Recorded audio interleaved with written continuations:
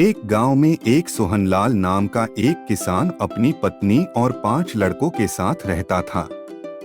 सोहनलाल खेतों में मेहनत करके अपने परिवार का पेट पालता था, लेकिन उसके 5 लड़के आलसी थे, जो गांव में इधर उधर घूमते रहते थे।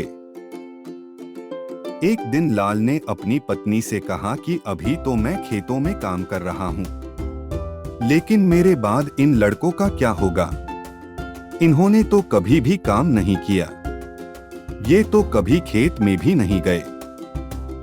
सोहनलाल की पत्नी ने कहा कि धीरे धीरे ये भी काम करने लगेंगे। समय बीतता गया और सोहनलाल के लड़के कोई काम नहीं करते थे।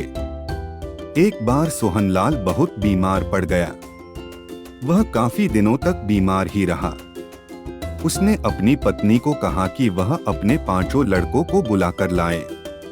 उसकी पत्नी लड़कों को बुलाकर लाई। सोहनलाल ने कहा, लगता है कि अब मैं ज्यादा दिनों तक जिंदा नहीं रहूंगा। सोहनलाल को चिंता थी कि उसके जाने के बाद उसके बेटों का क्या होगा।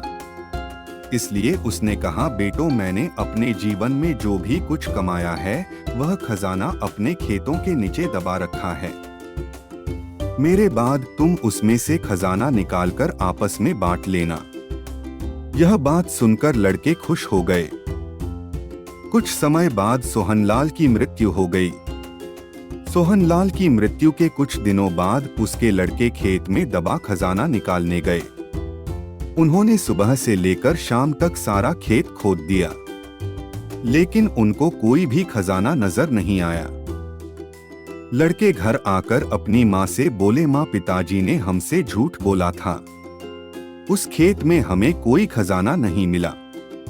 उसकी माँ ने बताया कि तुम्हारे पिताजी ने जीवन में यही घर और खेत ही कमाया है, लेकिन अब तुमने खेत खोद ही दिया है तो उसमें बीज बो दो।